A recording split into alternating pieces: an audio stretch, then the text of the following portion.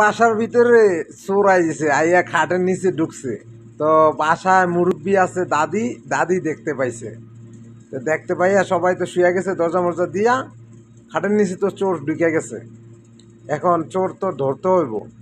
এখন দাদি বলতেছে নাতনি রে, কয় নাতনি একটা গল্প শুনবা? কয় হ্যাঁ জি বলেন। বললে তো ভালোই হয়, আমি খুশি। বলে কিনা, এক বাড়িতে একটা চোর ঢুকছে। তো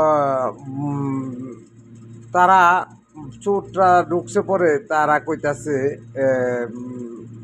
চোর বাবা ও চোরো, বাবা ও চোরো, বাবা ও চোরো। হ্যাঁ, এইভাবে খালি কইতেই আছে বাবা ও চোরো, বাবা ও চোরো। চতুর্দিক থেকে গল্প না কইতাছে, সুরে কয় গল্প না কইতাছে, আমারও তো আর দেখছে না। এবার চতুর্দিক দিয়ে লুকায় পড়ছে আইয়ে।